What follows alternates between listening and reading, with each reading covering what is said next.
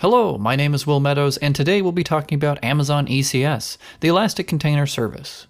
We will also touch on microservices, as well as an introduction to containers themselves. If you have any questions about anything I cover in this series, please let me know at will.meadows@cloudacademy.com. Alternatively, you can always get in touch with us here at Cloud Academy by sending an email to support@cloudacademy.com, and one of our cloud experts will reply to your question, concern, or comment. I would recommend this course for any solutions architects, developers, or generally curious people who are interested in learning about containerized workloads within AWS.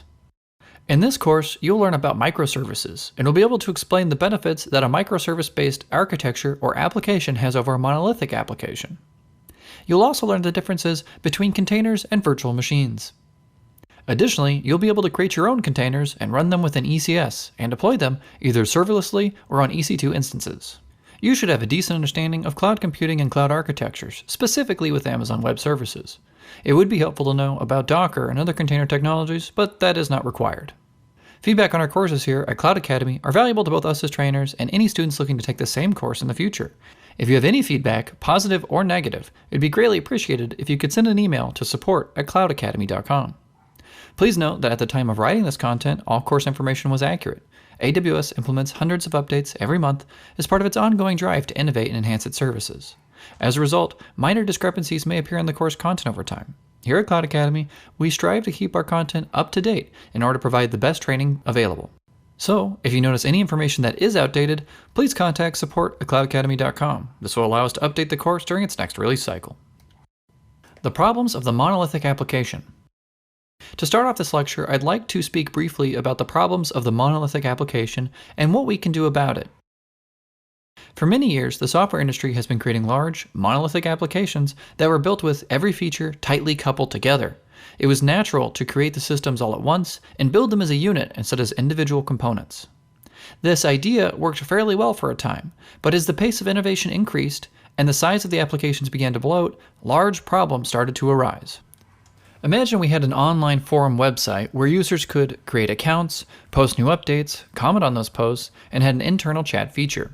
It would be totally conceivable that this website might have been written with all these components as a single service. Now imagine if we started to have many people posting new content all at once. We would be forced to scale the entire application instead of just the one critical piece. This would cause waste, as we would be adding more power everywhere instead of just where it was needed. These days, we would want to separate out these features into individual services. We'd want to decouple our monolithic application into smaller applications, or microservices as it's commonly referred to. Each microservice does one thing well and doesn't need to know too much about the rest of the services involved. The microservices are supposed to be accessed by a set of clearly defined APIs, so they can be mixed and remixed into various applications as needed. They are also managed and updated independently. With these thoughts in mind, we can start to introduce the idea of containers. What is a container? A container is a fully encapsulated software package that contains all of the code and its dependencies, your frameworks, your binaries, and your configurations, that are required to run an application. These containers are hosted on a server running a container orchestration service. The container orchestration service can create new containers by referencing an initial image that holds all of the dependency information referred to earlier.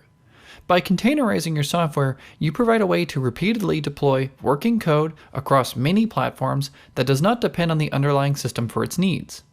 This allows your application to be platform agnostic, meaning that if you develop something that works in your environment, it will work in any environment that supports your container engine of choice. A container engine is what actually deals with the orchestration of the containers, helping to spin them up and shut them down when needed. Now, this might sound a lot like what a virtual machine does, but there are a few important differences. A virtual machine, or a VM, contains a guest operating system, Windows or Linux, within its package. Your application sits on top of that operating system and can use its features as necessary. The virtual machine can contain all of the dependencies your software needs, and in general is very self-contained, similar to the way a container works. However, since we are storing the guest operating system within this package, the final product can be gigabytes in size. With the virtual machine being so large, loading a VM can take quite some time.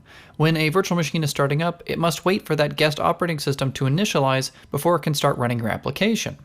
These VMs sit on top of a hypervisor, which is in charge of orchestrating all of the VMs within its care, similar to the container engine. The hypervisor ensures that all of the virtual machines get roughly equal time to interact with the underlying hardware, aka helping them with the CPU, memory, and disk storage. As an aside, when talking about EC2 instances and their relative sizes, medium, large, 2x large, what is effectively happening under the hood is that that instance, that virtual machine, is now given more preferential CPU, RAM, and networking time. Now, getting back to the crux of the issue, the key difference between the VM and a container is the location of the operating system. Since the container does not include the operating system the application will be running on, they are incredibly small. A container can initialize and start working within seconds of deployment, and when you have scenarios where speed and agility is paramount, containers start to look really like an attractive option. And you could imagine our example from earlier, the forum website that had users, posts, comments, and live chat, that each of these components could be broken apart from the monolithic program and then placed into a container. These individual pieces of the whole application, these microservices, could then be scaled up and scaled down based on their demand. And since they do spin up so rapidly, we gain great speed and agility when dealing with scaling related issues. How do we use containers within AWS? Containerized workloads offer a great number of benefits for those working in the cloud. One of the more difficult parts of using containers, however, is getting everything set up in the first place. You could build and deploy everything from scratch yourself, but that takes a lot of time and know-how to get it working. This is where AWS is able to step in and has created a service just for that purpose. The Amazon Elastic Container Service is a fully managed container orchestration platform that can help you with developing, managing, and scaling your containerized workloads. It does all of this using Docker containers, which are an industry standard, and offer a lot of great quality of life features. For a more in-depth discussion about Docker, including how to install the development tools, Docker architectures, networking, and how to actually create the Docker containers themselves, please check out this lecture. Anyways, Amazon ECS has two ways of deploying your containers. The first and most traditional way is to have ECS create a cluster of EC2 instances that will all have the Docker engine installed on them. ECS will help you manage the provisioning of the cluster and deal with its auto-scaling needs. It will increase and decrease the number of instances within the cluster based on the number of containers required. In general, you'll have multiple containers deployed onto each EC2 instance. Each container will require a certain amount of memory and CPU overhead to cover its needs, and it will do its best to stay within that footprint. The cluster will scale when there's no more available space within the instances to deploy another container onto them. This can happen when we've run out of operating memory or CPU overhead. The second way that ECS allows you to deploy containers is to do so in a serverless manner. There will be no instances that you have to worry about, you just need to set up the container itself. ECS uses a sister service called AWS Fargate, which helps manage your serverless containers. These containers have all the same power and functionality as their servered alternative. The main difference is that these containers are not always on per se. They only exist when you invoke them, and they turn off when they're done with your task. There are many things you need to consider when determining which method, serverless or servered, is best for you, and I will cover these later. For now, let's look at the workflows required to use our containers with ECS. Amazon Elastic Container Registry. First things first, we need a way to create and store our containers for use in ECS. Amazon has created the Elastic Container Registry, ECR, which is a fully managed Docker container registry that is built into Amazon ECS. The registry helps with hosting your images in a highly available and scalable way. This service is fully featured and provides robust security for your Docker images. With ECR, you also have the ability to share your container images and artifacts privately or publicly as you deem fit.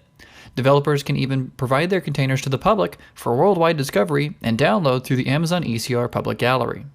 Creating a registry is very simple, and once completed, will provide you with the basic URI that looks something like this.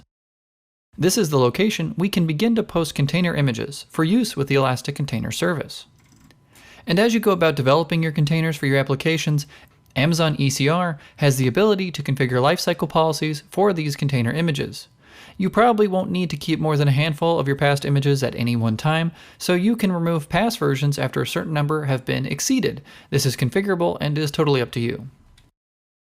Task definitions. In order to run our containers on ECS, we also need to define some task definitions so that ECS understands the basic requirements of your containers. A task definition tells ECS which Docker images to use for the container instances, what kind of resources to allocate, network-specific details, and additional requirements. Examples are configuring things like memory limits, port mappings, and setting the names and images for the containers that are being deployed. When building a task definition, there are slight differences between creating one for the serverless workflow, using AWS Fargate, and creating one for the servered workflow, ECS clusters, but otherwise they are very similar. We define which container images we want this task to use by referencing the URI from our Amazon Elastic Container Registry repository from before. With all that set up, you'll be able to start deploying your tasks either to an EC2 cluster or to AWS Fargate, the serverless container service. Unfortunately, you would have to do all that deployment by hand unless we create a service. ECS services. An ECS service allows you to manage, run, and maintain a specific number of task definitions within an Amazon ECS cluster. When you create an ECS service, it helps to redeploy your tasks should any fail during their life cycle. ECS services are an integral part of having self-healing containers. Another key benefit of creating and using ECS services is that it allows you to place your containers behind an application load balancer. The application load balancer operates on layer 7, HTTP, HTTPS of the OSI model. We can place our ECS services within a target group and have our traffic load balanced between our containers. Remember the microservice and monolithic forum website from earlier? In that example, we had the ability to create accounts, post new updates, comment on these posts, and had an internal chat feature. Well, each of these could be broken down into their own containers and put within their own services and could be accessed through the application load balancer as follows. You could have example.com/API/create accounts. You have the same thing with post new updates. You could have it with comments, and you could have it with chat. That's pretty neat. If you want a hands-on example of all the stuff we just covered, please take a look at these two labs. The first one shows you how to use ECS for blue-green deployments, and we'll go over creating the registry for your containers, building the Docker image, creating a cluster, creating tasks, and deploying everything. And this lab is very similar to the first, but we'll do so using an AWS Fargate deployment, the serverless side of Amazon ECS. At this point, you're probably still wondering, when would you choose to deploy for ECS, the servered version, or Fargate, the serverless version? Well, let's hop into that now. When should I use servered versus serverless containers? This is a conversation that is important to have early on when designing a container-based architecture. There are a few things that can help to guide you in making a decision about which avenue is best for you. Cost. In general, serverless compute is more expensive than servered compute in a one-to-one environment. 5 minutes of raw serverless will cost more than 5 minutes of raw servered power, if everything is equal. So you would assume that it's always better to pick a servered option. Well, it's complicated. What I said earlier is accurate only if you maximize the total used resources on the source machine that is running your containers. Let's say that all of your containers running on EC2 instances only use up 50% of the CPU and memory of the underlying instance. In this scenario, you would probably be better off running on a serverless workload. In fact, you'd be almost 40% more cost-effective to use Fargate, the serverless option.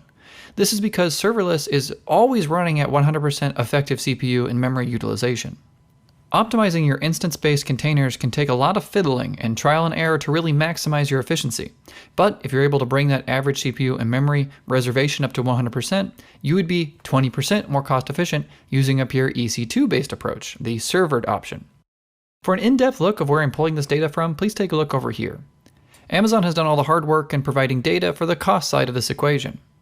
Let's look at another scenario. If you have traffic that is very spiky, quickly going up and down, or just comes at unpredictable times, and you can have long periods of lower dead time, this is another situation where serverless just wins.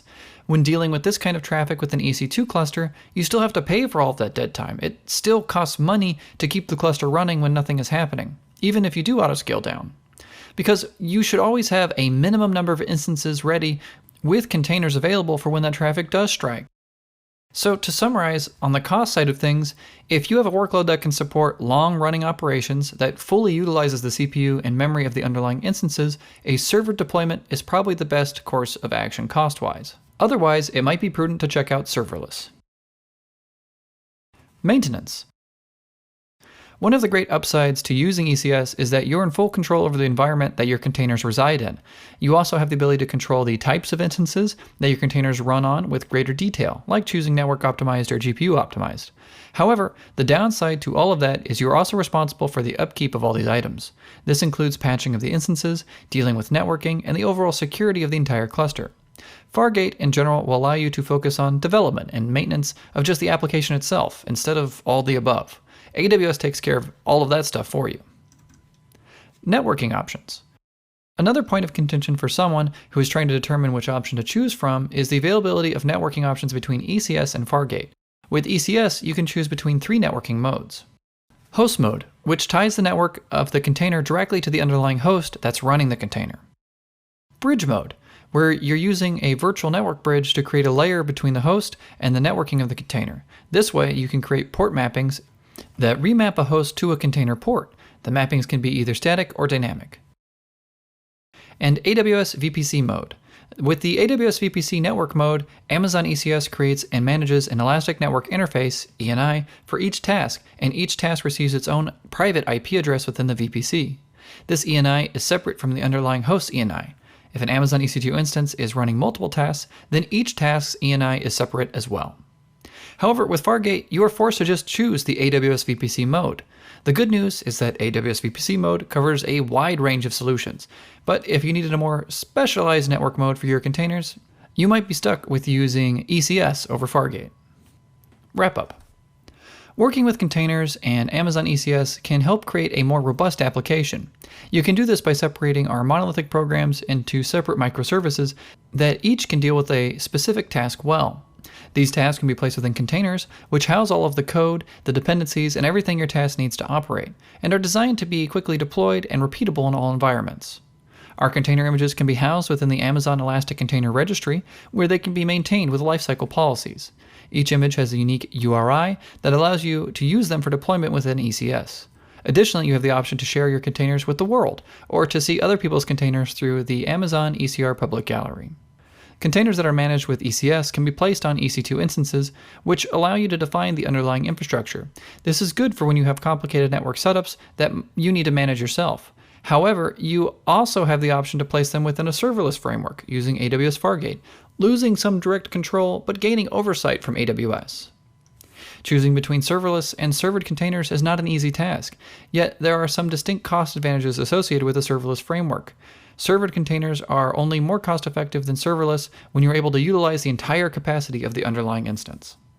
Well, that's all I have for you for this lecture. I highly recommend you check out our labs relating to ECS, both the servered and the serverless ones. They will really help you to drive all these points home. My name is Will.